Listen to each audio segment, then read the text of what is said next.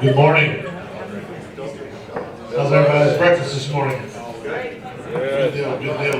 Hey, thank everybody for being here again. I'm Anthony Shopper, the councilman for the Osage Minerals Council, and we're privileged to have our chief here this morning. Then I'm going to give you a little bit of information about Mr. Standingberg. Jeffrey Standingberg is the principal chief of the Osage Nation. He is the great-grandson of Principal Chief Fred Lookout. Chief Standingberg and his wife Julie had 4 children and 8 grandchildren. On his 3rd term as Osage Nation Principal Chief, he continues to work for the protecting and enhancing of the Osage culture and language in the lands. Chief Standingberg also was instrumental in beginning the Osage Nation School that we had the privilege to send the kids here yesterday. So give a round of applause for that, please. Before his election, Chief Standingberg practiced law for 34 years. He concentrated on federal Indian law, receiving national recognition by the best lawyers of America, Oklahoma super lawyers, and enlisted with the chambers of partners. He served as assistant principal chief of the Osage tribe from 1990 to 1994, and was a member of the Osage Nation Congress from 2010 to 2014. While a practicing attorney, he was involved with the first Indian gaming cases in Oklahoma, representing the Great Muskogee Indian Creek Nation, the Seneca Cayuga tribe, and several other tribes. He also was general counsel to the Oklahoma Indian Gaming Association. In 2017, Chief Standingberg was recognized by the Oklahoma Magazine as an Oklahoman of the Year for his leadership for the Osage Nation. He graduated from the University of Oklahoma, received a Juris Doctorate from the University of Tulsa. He sees the Osage Nation expanding its land base, maintaining its vibrant traditions, returning the Osage language to daily use. His belief is that this is much more that can be done to the power of the Osage child, and therefore the duty of all the people to protect and nurture the children of the Osage Nation. Please welcome Chief Jeffrey Standingberg.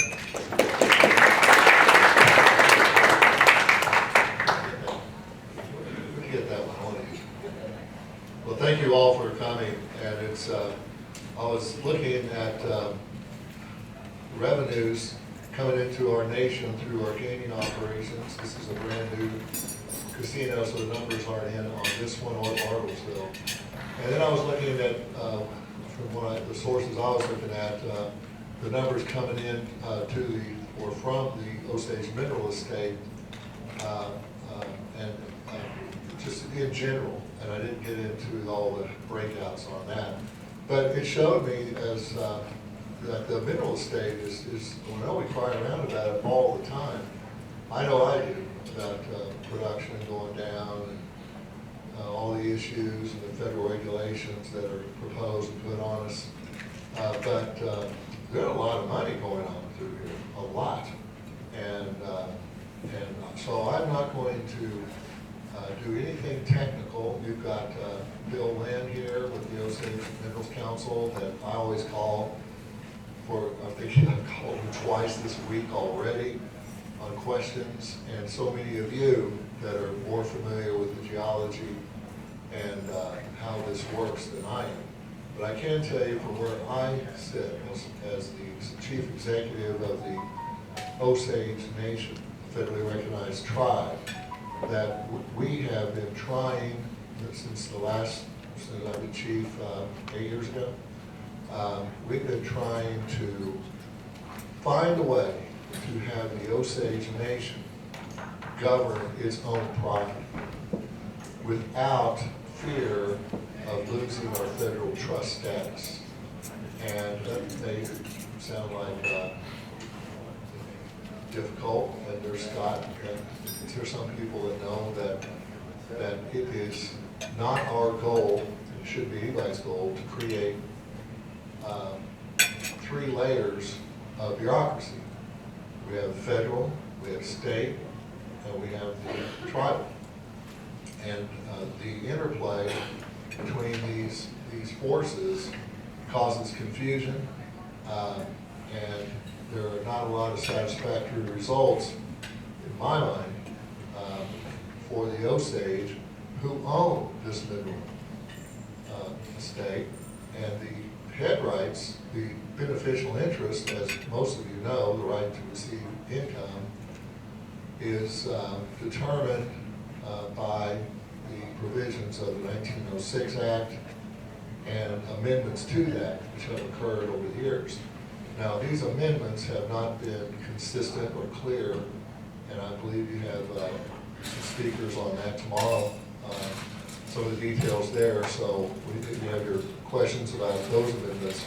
I think Terry Mason-Moore is on your agenda.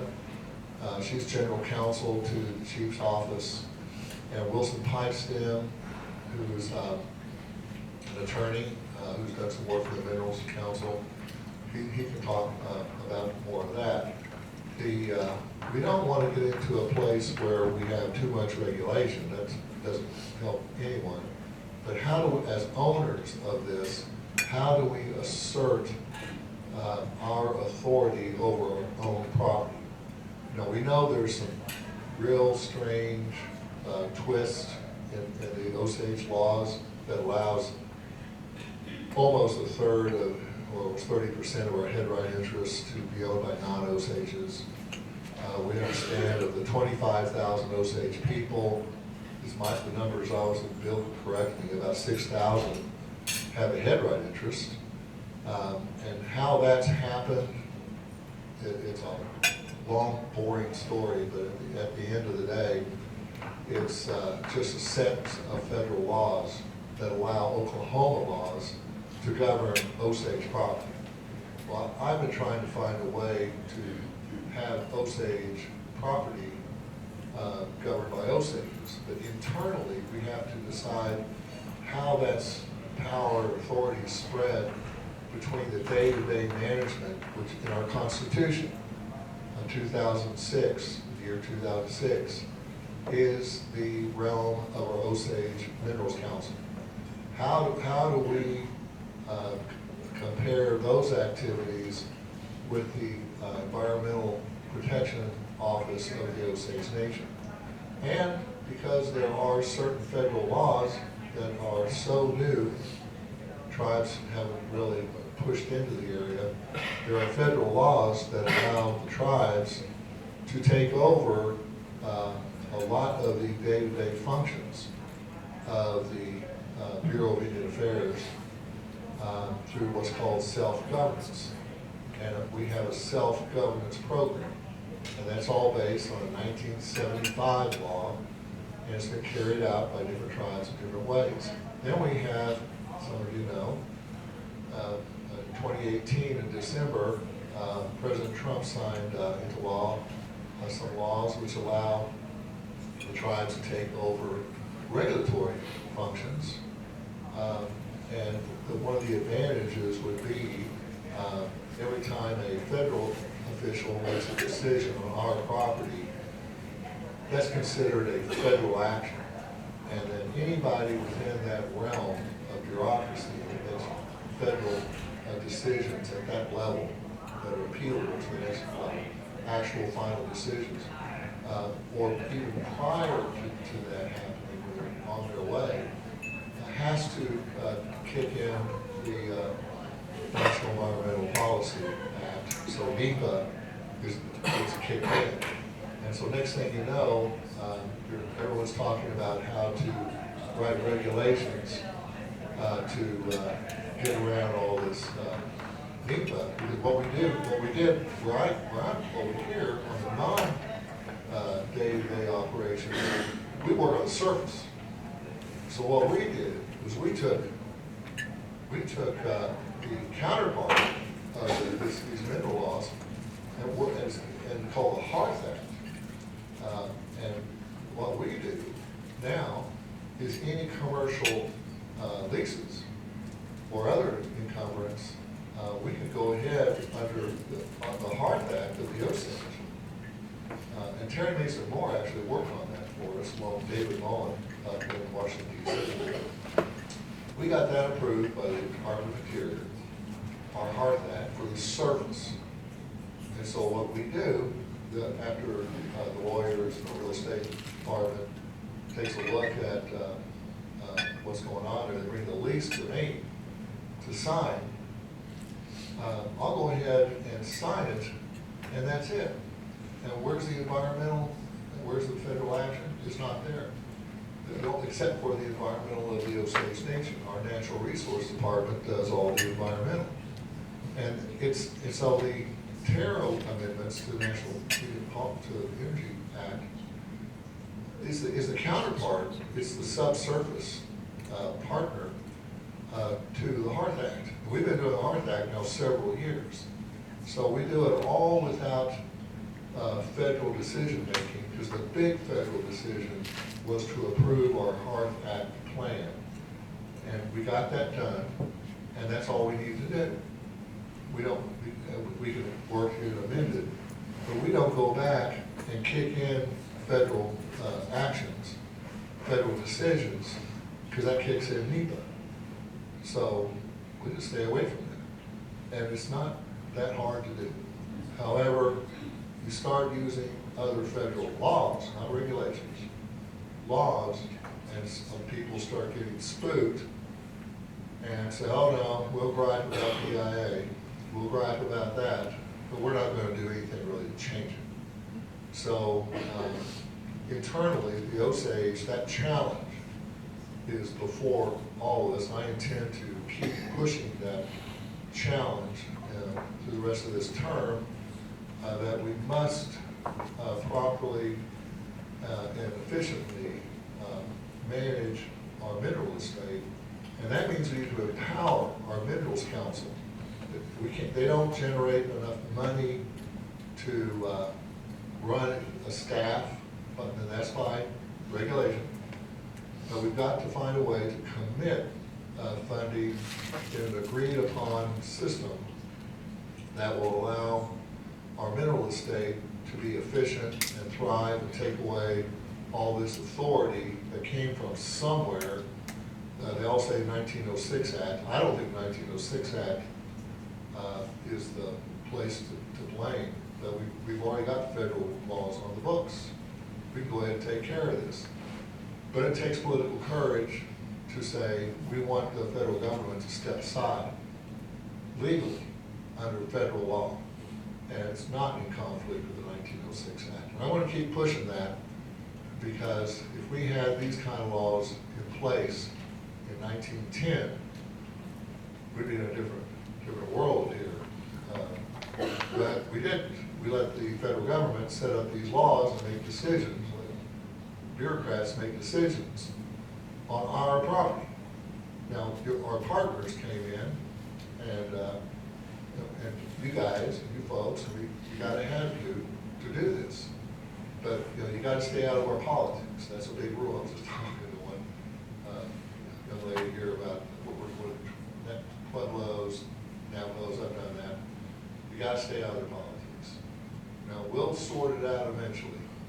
We will. But that's the big challenge, and it has been the big challenge basically all my life. How do we have the Bureau of Indian Affairs fulfill the treaties that are the foundation of what we do on our properties? It's ours. That we bought this with our money. How in the world did this happen? Well, there's a movie about it. There's Bloomberg podcast about it. There's all this stuff about it. Everybody can sit around and cry around about it, but that doesn't do a darn thing.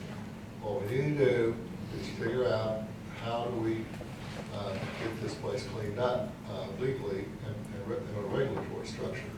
And finding within a system, like Part 226 is within that system for the federal regs.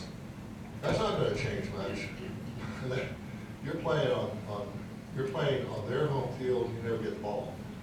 So that needs to be done. We understand that. And we can complain about it, which we've all done.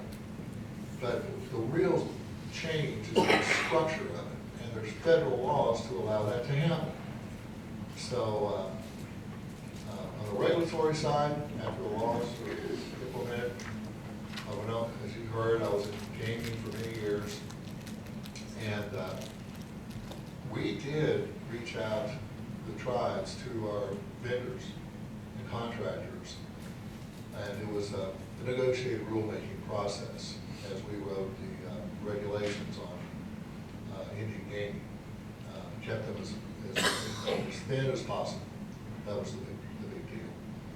But here we are, the Osage. It's unique, yes. We have the head right system, the laws that put the Constitution of the Osage on the table in 2004. That was approved in 2006 by the Osage people. It has its own internal mechanics. That's where you guys should not be, but into working with, and sometimes against, but often with the federal government. We need to change it to where the federal government is our partner and not our boss. So we need you guys to do that. You need to keep working with us, but let's just not stop at these Part 226 and other regulations. You all have attorneys. I know some of your attorneys, very good attorneys. Put them to work with us. Figure out how to change the structure of this, because we don't want to have 3 levels of regulation. If you do that, you're going to end up with 3 levels of taxation. Okay? Because regulation and taxation, that's not too far a leap, but it can be done, and we need to do it. So we just need Minerals Council, and we need our Osage Congress and ourselves to get this done. And that's one of the main reasons I ran for office so many years ago.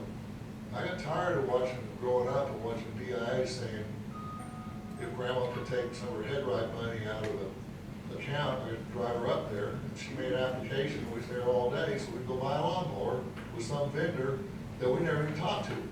But the BIA did all that negotiation, and I just drove there and picked up the lawnmower with grandma.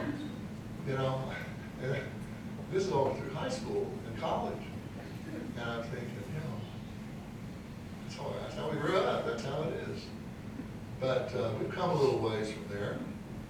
We no longer, when 1990 was assistant chief, the oath of office to the Osage Minerals Council, we call it the Tribal Council, was given by the superintendent of the Osage agency, no tribal judge, superintendent. I looked at that oath, and it was the BIA employee oath. And that's what was read to us when we were sworn in. So we've come a ways from there, but we've got a ways to go. And I want you folks to keep working together. Just remember, this is Osage property, and you're our partners. The federal government is not our partner. They have an obligation to protect us from overreaching, from being exploited, and you can see how successful they are in the book, Killers of the Flower Moon, and the movie. They're not very good at that. So anyway, meantime, we got to take care of ourselves. I work with a lot of tribes. We got all the talent in the world here to do it, and we don't have to fight about it. We can debate it, but we don't have to get personal or fight about it. Life's too darn short for that. So let's all work together. Let's simplify this place. Let's respect our Osage people, the owners, and let's be grateful to our partners. Thank you.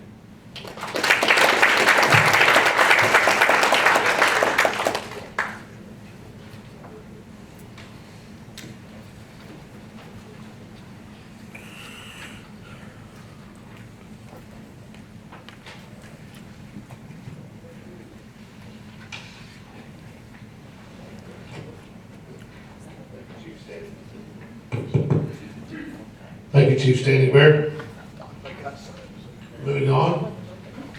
God's.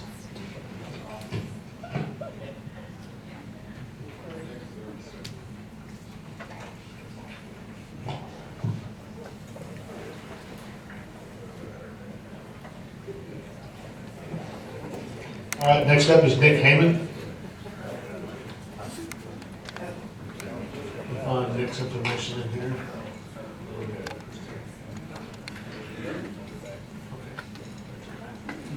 Dr. Nicholas W. Heyman. Dr. Heyman became the director of the OGS in July of 2020. Dr. Heyman has served at the National Science Foundation, worked as a research scientist at the University of Texas. Is that right? University of Texas? And at Duke University. Dr. Heyman received a PhD at the University of Washington and his bachelor's degree at State University of New York, Albany, New York. Dr. Heyman studies structural geology, plate tectonic processes, and energy geosciences, currently focused on the Oklahoma and as the state geologist. Please welcome Dr. Nicholas Heyman.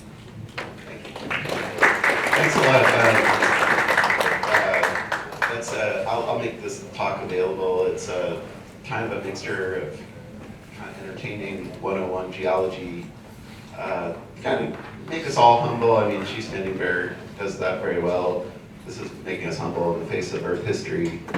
I think we don't do enough of that. Every time I think about the geologic history of the Earth, I feel small and short-lived. But let's do a little of that. But we'll do first. I have this kind of obligation to go over our survey, and some of you have seen me give variations of this talk, but I've put new stuff in here, so including at the end. So if you're tempted, like, oh, I've heard this one before, I have some surprises at the end. Just for those who haven't seen my talk in the last 6 months or so, the OGS is we are a state agency, so at some level the governor of Oklahoma is my boss. And I'm here by invitation from the Osage people, from Bill Lynn in particular, and I'm always very pleased to be here. It's lovely to come up. We're in Norman, Oklahoma. We have about 30 some odd people. If you count that, there's about 22 names there, but we can kind of afford to have a staff of about 30. Based on the state of Oklahoma's investment in us through the University of Oklahoma, and also projects that we bring in, a lot of from the federal government lately, which I'll get into. You see we're about half PhDs, so you can think of us like a science organization, and then a bunch of service, and we are a public group. And we're hiring, and if there are Osage who would like to consider a career in geology, some of our positions are actually things that you don't have to have an advanced degree in. So we would love to have more tribal presence in our organization. The kinds of things we do are feel-good public engagement opportunities. Our website is a little bit Web 1.0, like it kind of looks like something you'd see in the 90s more than the AI-driven immersive experiences that we have on our phones. But if you can take the time, you'll find all our information, including core. There's spreadsheets in there. And so we are hoping to upgrade our website at some point. We don't have an internal web developer, but some of the things we're able to do, kind of by hook or by crook, we have this. It's a little hard to find right now. I'm trying to get it a little more highlighted on our website, but it is live. It gives you a menu, very statewide data sets that you can it's a little hard to bulk download, but you can view what our collections have. And that includes some Osage data, which I'll go over at the end of the talk. We've been doing a first or last Friday, depending on the month, open house, and we have people coming from all over the state of Oklahoma. So if Osage wants to approach us about a way to get some of y'all down there for one of these events, or we could even do a special one, we bring them in, we answer questions about geology. People bring us their meteorites. We tell them they're not meteorites. But it is people love it. It's great. It basically takes all morning, and we make ourselves available. And we've been upgrading our publication series. You'll notice the name Brian Cardot might be familiar to many of you. He's been around the state for a long time. So most of our publications remain driven primarily by the seasoned geologists. Maybe we'll get a Puckett et al. Publication, hint, hint, wink, wink, nudge, nudge. But some of these publication series hadn't been alive since about 2014, and we're bringing them back. And they're free. You just download them. We're trying to set up a button where you can push if you really want to publish one. They hit Amazon and send you a book, but you'll have to pay for that. But you can download a PDF. So we're bringing all that back. And then for those who don't know, I think probably more than half, I won't make you do a poll, but I think probably more than half of the room knows about this or has even been here. But it's about 3 football fields. Kind of feels like the ending of Raiders of the Lost Ark. There's aisles and aisles of core. There's paper data. And we're trying to work our way through it and get a lot of it digitized. But it's more than 100 miles of core if you put it end to end. So that's a lot of rock. And we're still getting more. We generally charge companies to take it in to just cover our costs. We're not a profit-driven organization. It's not a revenue generator, but just to keep the lights on. However, that said, Richie Tarver, who's the lead manager, and I are going to drive to Arkansas on our own dime and pick pick up some core and repatriate it to the state of Oklahoma. Because it's a interesting core and we don't want them to throw it away. Weyerhaeuser is buying an old shed, they're gonna toss it. We said, we'll take it. So that's kind of how we roll, pretty informal. But the University of Oklahoma, and is our parent organization, and for those who are, OSU, I don't know the football team's names, but I moved to Oklahoma from Texas, and the only way that happened was because, and I'm not from Texas, so it's okay. But the only way they got me to move was because I don't know anything about football, otherwise it would be just. I'm actually from Brooklyn, New York, so me and Marty, But yeah, interesting life we live. But the other thing we do is we run the state seismic network. So these triangles on this map are public seismometers that record earthquakes. And about more than half of them are on loan from the federal government, from the National Science Foundation. They probably won't ever ask for them back, but they're not keeping them up. And as you notice, the coverage, and we'll get into this at the end of this talk, the coverage to the north east is pretty sparse. So we are looking to expand this and make it more resilient. We almost landed a state appropriation last year, and it fell apart at the last yard line of the field, but we're making another run at it. But you can go on our website and look at a window in the internet and see the earthquake. So in real time, and that's a real privilege to be able to offer that service to the people of Oklahoma and the world, because seismologists worldwide are very fascinated in these earthquakes. So, and as many of you endured and suffered through, I don't think anybody really benefited from the negative impacts of this, but at some point in 2015, there was about 80 million barrels of produced water per month. So that's kind of like a Lake Thunderbird, if you know the Norman area, going underground, something on that order. And that coincided with about 100 magnitude 3 earthquakes per month and more. And so many of you lived through this, so I don't have to gild the lily. But through the efforts of the state's regulation, which is an unpleasant fact of life, but the industry was not able to regulate themselves out of this situation, and people had kind of had it. And we're seeing the movie play over again on the border of Texas and New Mexico right now. And the interesting thing there is, if anybody knows anybody down in Midland or over in New Mexico producing, and you're sitting around the bar or the dinner table, and they say something like, oh, well, Oklahoma's a total disaster, we don't want to be like that. Well, I mean, it's a success story. We came out of that. The OGS monitors earthquakes. We work with the Oklahoma Corporation Commission. Not everybody's happy, but the proof is in the pudding. We're now down to a tolerable level of earthquakes, and we're still producing. And there's still earthquakes. It didn't stop them, but it's managing a hazard. It's not a stop and go thing. So, obviously, the organization I run is self-interested in this, claiming that we're part of the solution. But I think you can see for yourselves that we've done a good job. And we'll come back to that at the end. In terms of oil and gas, we are in oil and gas state survey. Our work has led to a lot of the industry's successes. I believe the Merrimack Core, that was part of the first fracking kind of expedition in 2008, 2009 period, was kind of part of our collection, and Brian Cardout's work looking at thermal maturity.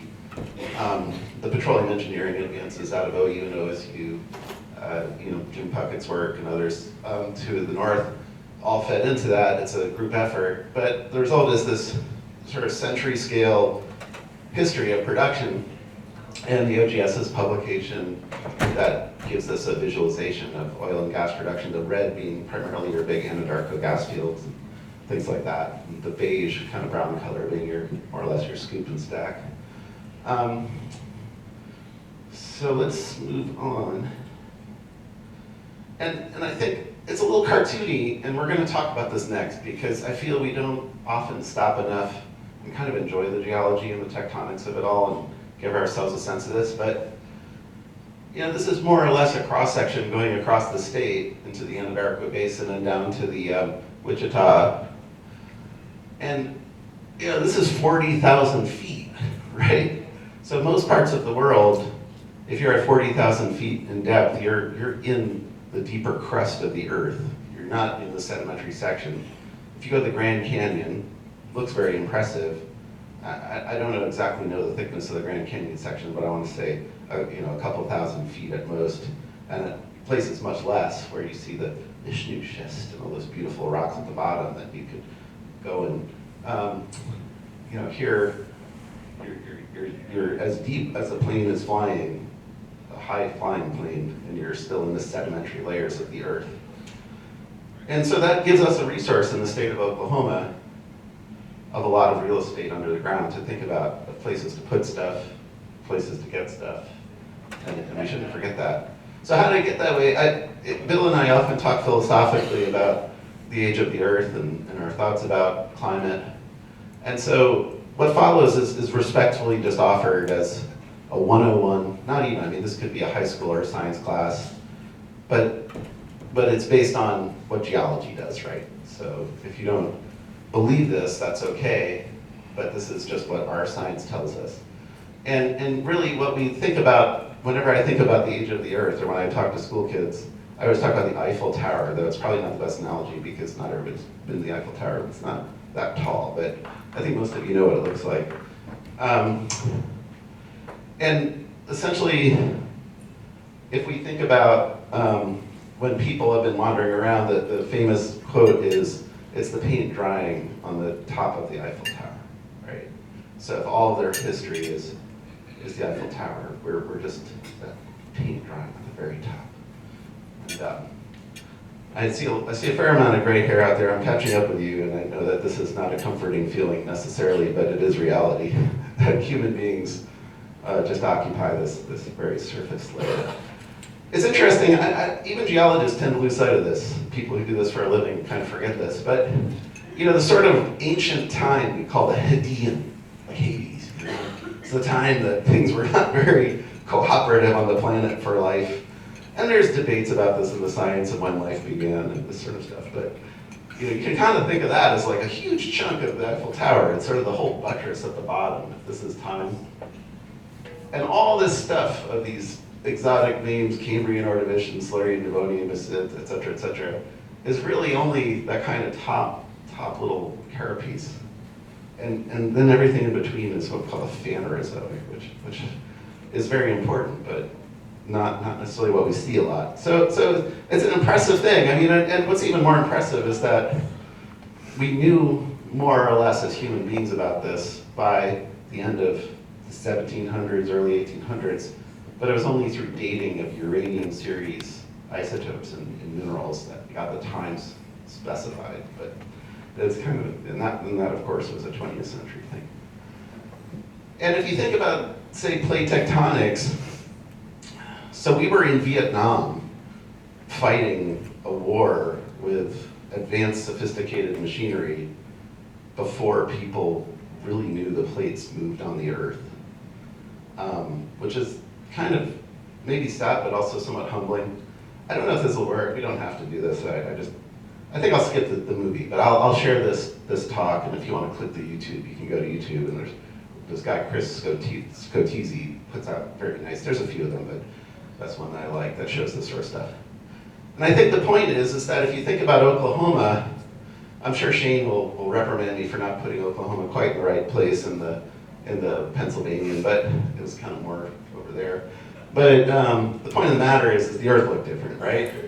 Africa and North America were colliding. There was a mountain belt kind of the size of the Himalayas. Like, this is India and Asia. It's the highest mountain range in the world. Expansive. And that was here. So when you think about that 40,000 foot deep sedimentary basin, just imagine what drove that, what was here. And for me, it's mind-boggling always. And I've been doing this a little while, and I still am always impressed. So let's think a little bit more, because I want to talk a little bit about what I think is a sensitive subject, because I think it's driving a lot of the regulation that is negatively impacting the perception of oil and gas production. Whether or not it is really affecting it is, I think, a more complicated debate. But if we think about, so I did a lot of work with Petrobras about a decade ago, and we were, studying the offshore basins, the deepwater basins of the South Atlantic. And that really kind of got me thinking, a lot of the oil plays, and I think Shane's talk yesterday, which unfortunately I missed, but I think shows a real wrinkle in this, how we have big kitchens and sinks that are not like this. But for a lot of 101 petroleum geologists, we think about this sort of thing, that there were these kind of murky, almost like lakes more than oceans, just stewing and cooking microbes, breaking down material, creating the oil and gas. So I often think about the Eagleford in Texas as a good example of the Cretaceous formation, where the Gulf hadn't really quite yet sort of developed to what it is today, in this kind of organic matter. In Brazil, it's more fantastic, because Africa and South America were connected, and making these stewing baths of organic matter along what now is the Atlantic Ocean, but then was not open. So the ocean could not circulate. There was no deep water, what we call the deep North Atlantic current did not exist, because the Drake Passage hadn't opened on Antarctica. The Africa and South America were still stuck together. And this is a little bit difficult for us to really accept, but 55, when that started to open, and all this stuff was churning around, and now the circulation of the oceans are going, and volcanoes are erupting in mass because this ocean is opening, the Earth got very, very hot. And we know from geochemical data, from fossilized trackers of CO2, if you will, that the atmospheric CO2 was more than twice what it is today. It was more than 800 parts per million, as opposed to now about 410 or something like that. You can probably Google it, what it is today. And the annual input of CO2 in the atmosphere is between 1 and 10 gigatons of carbon per year. So we're sitting here, the dinosaurs have just, left the building, and the oceans are forming into what they are today. And the problem with that is not that anything was alive. I mean, obviously we are here because of that environment. Over those millions of years, we took advantage, much later than this. But I don't think today we want to live in a world where we have tropical crocodiles living at the North Pole around seas of kelp, which is what actually happened. You had essentially the tropics on the poles, and yeah, so that's where we are. So where are we today?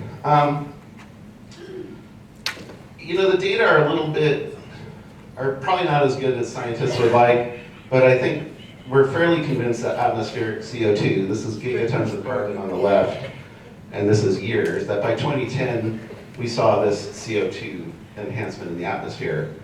And when we look in the deep oceans, I know this doesn't seem significant, but if you're at the bottom of a deep ocean and you start seeing measurable changes in temperature, you start to get concerned about the sea's temperatures. And we are putting 10 gigatons of carbon per year into the atmosphere. So that is something we're doing, and it's measurable. And we're at about, when I made the slide, we were at 409, we're probably 415 or 420 now or something. So, we're still a long way from 800. We don't yet have kelp and crocodiles on the North Pole, but that is where we're going. And I think, I think we should be a little less dismissive. I know, I'm guilty as charged. I often poo-poo people who say, oh, the world's ending, there's floods and blood droughts and all this stuff. But it is our experiences, right? It's our experiences on this planet. I flew over, I didn't take this picture, but I flew over Lake Powell last year, and it was low. Usually when I first went to Las Vegas region, the water went to the edge of that basin. This is where I grew up, in Brooklyn, New York, just about a month ago. And We know that Russia is deploying fleets through the Arctic, navigating opening seaways, and we know that the Antarctic ice sheets are classic. So, I mean, it's easy to be catastrophic. My daughter's 16, the world's always ending to her. That generation is, hair on fire. But I think we need to take these concerns seriously and realize they are because of the elevated CO2. So, we don't have to do anything. This is a very geeky picture, but there's been a lot of dismissing of Biden's administration's work, and I mean, I get that. The federal government's, trust me, I'm bringing in a federal grant right now, it's eating my lunch with spreadsheets and rules and phone calls. I mean, it's quite amazing how difficult the federal government makes things. So I'm completely aligned with Chief Standing Bear on all that, and I'm in a very privileged position, right? Like, our impact from the federal overregulation as a academic service agency is not quite so visceral. But if we look at this plot here, this is all of the petroleum products that we use today to some value, okay? And it's, industrial CO2, but there's jet fuel, gasoline, diesel, coal, natural gas. And so the most extreme, radical, woke, revolutionary kids who are on the internet and getting and doing their comedy skits, they would say, we just need to get rid of it all, right? Like, that's what you hear, is like, go to zero. And we as oil and gas people, myself included, know that that is both not possible and not in our interest, right? We want to produce oil and gas, and the world does benefit from it. Like, the poor of the world will be most severely impacted if we were to stop using oil and gas. But the Biden administration's policy was to basically say, how do we get to where we have what we call net zero, a lower CO2 economy? And one of the tools they're using is carbon capture and sequestration. And so when you hear about this, you saw Tracy Evans yesterday, probably talked a little bit about this. That is why. These concepts are interlinked. It's not a house of cards. It's not like you pull one out and the whole thing falls down. It's just, this is the narrative. And the Inflation Reduction Act put this into play in a way that would emphasize the production of hydrogen as a potential large industrial green fuel and sequestering carbon alongside that. And we'll see if it works. I mean, these things are always sort of, if we're lucky, 50% solutions, if we're really lucky, 80%. So, I don't think any realist out there thinks this is a silver bullet, but this is where the investments are and where it's going. And there's a fair amount of, funny money, venture capital, whatnot, getting involved. I'm sure some of you have encountered a little bit of that. And it's coming right to Oklahoma. This is why, this is a slide from the Great Plains Institute. Essentially, we're at the crossroads of the CO2 economy. We're both producers in terms of industrial things like ammonia, of course, our natural gas processing, we produce hydrogen. There is many of you are involved in this. And so from a national grid perspective, we're smack in the middle of all that. So the OGS has kind of barely gotten our toes in this to try to figure it out. We've produced some products like this where we essentially overlay the geology of the different kind of provinces of Oklahoma against the big CO2 emissions, looking at the potential CO2 transport. And the picture you see is kind of interesting. This is the Enid CO2 pipeline in blue here. Up there on the top right is the basically what the CO2 to the Burbank field's coming down from Kansas. And then over here in the Panhandle, there's a couple of CO2 pipelines. This is the sort of pipeline infrastructure that in that vision that I just showed would connect and become a network. And the large circles would be a sort of industrial basis where the CO2 production that is currently mostly emitted would be captured. And so how that comes together is a difficult problem, but that's kind of where we're going. And I think it's quite fascinating that we can put it underground. It's a little bit of a wonky table, but it basically shows you that when we come down into those deep strata, so remember the Eiffel Tower, so we're still high up in the Eiffel Tower, but we're getting to the bottom of that Paleozoic section. Things like the Arbuckle group, which is quite prevalent here, can handle a fair amount of CO2 in its storage capacity. So that's the high level view.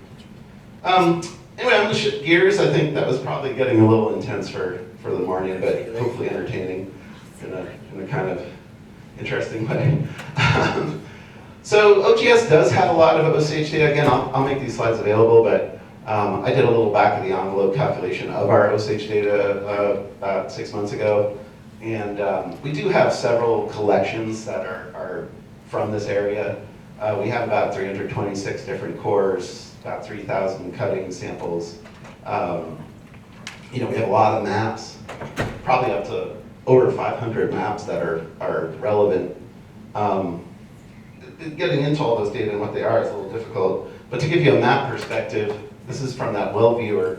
So this is the geologic map of Osage, and there's a really interesting thing here that goes into the subsurface as well, that you have these different geologic units. So we're now getting into the little flakes of paint in the Eiffel Tower, but deeper down in the Paleozoic. But most of it, the surface you're walking on is Pennsylvanian, and you can kind of see it aging as you go across the county, across the nation. But then these are dots. These are data we have at the OGS from the area.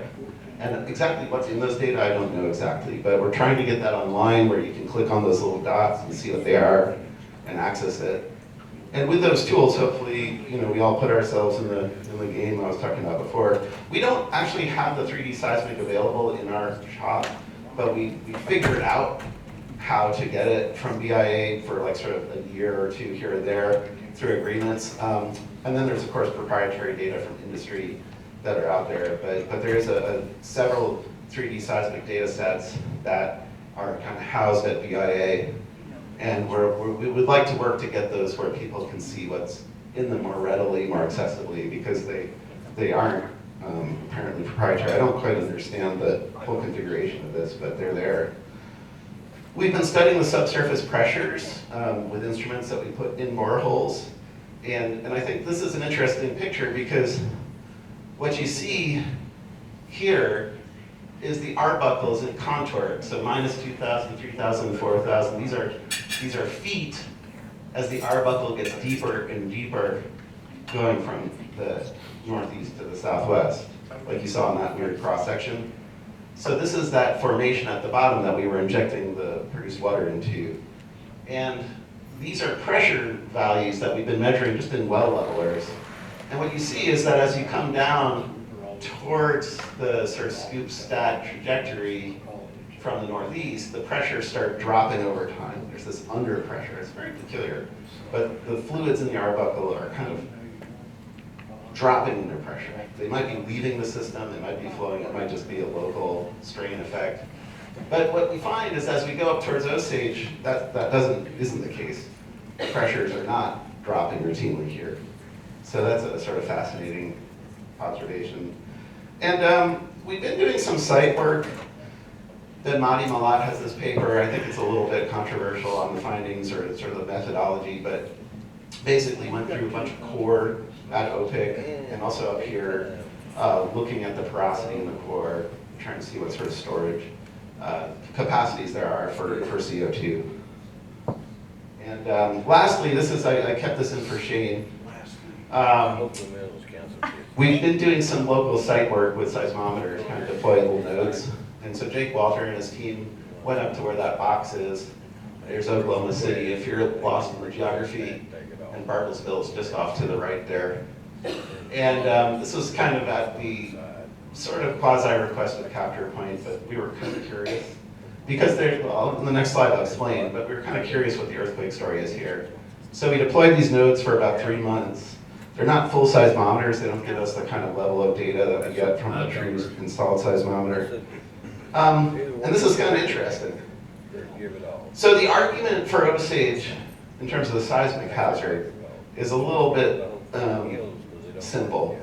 And I'm not sure it's correct, but basically, if this is the number of earthquakes on this side, and these are the various counties in Oklahoma, you get to Osage, and you're down to about 12 events between 2010 and 2020, which compared to these very seismically active areas is negligible. So you could argue that there's no earthquakes. Well, there hasn't been a lot of saltwater disposal, right? We haven't done a lot of injection, and we don't really know the fault story. So there are earthquakes here though, and when we put those nodes out, we didn't really see a lot of earthquakes right in the nodal area. It was pretty quiet seismically over a 3-month period. And they're doing EOR there, they're producing, you heard about that yesterday.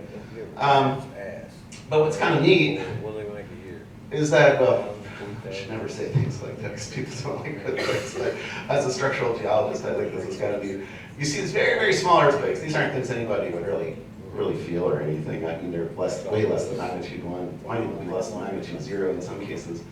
But they seem to kind of cluster off to the northwest of this fault. That would be the real problem. There's this structure that Shane has talked quite at length about called the Levette Fault, which underlies the area. And if that really was a fault with some seismic hazard, it's quite long. And so we would be a little concerned about that. But we don't see any earthquakes on it. And Shane doesn't think it's a fault. So there's no evidence that this is seismically dangerous. Yet there are these northeast striking faults that kind of branch off it. And they do seem to have a little bit of very small cell earthquake activity. So I don't think we're totally out of the woods in terms of earthquakes up here if we were to go to large-scale injection of anything. But it strikes us that the story is going to be kind of complex, but maybe not as hazardous as people might fear. So I'll leave it there. I think I gave you a lot. Something for everybody. You can ponder the age of the Earth and our human existence on it. You can debate with yourself if CO2 is something we really should worry about so much. But at the moment, we are on a path to kind of evaluate Oklahoma's place in that game. And not so much as an advocate, but just as an information. Though we continue to, of course, serve the oil and gas industry of Oklahoma. And Osage has always been really nice. We've always had a really great time. We're always welcome to be invited up here. We don't march around without asking. And like DEQ and other state agencies, you know, we're mostly pretty good people here to help. So give us a call. I think that's good enough. Thank you.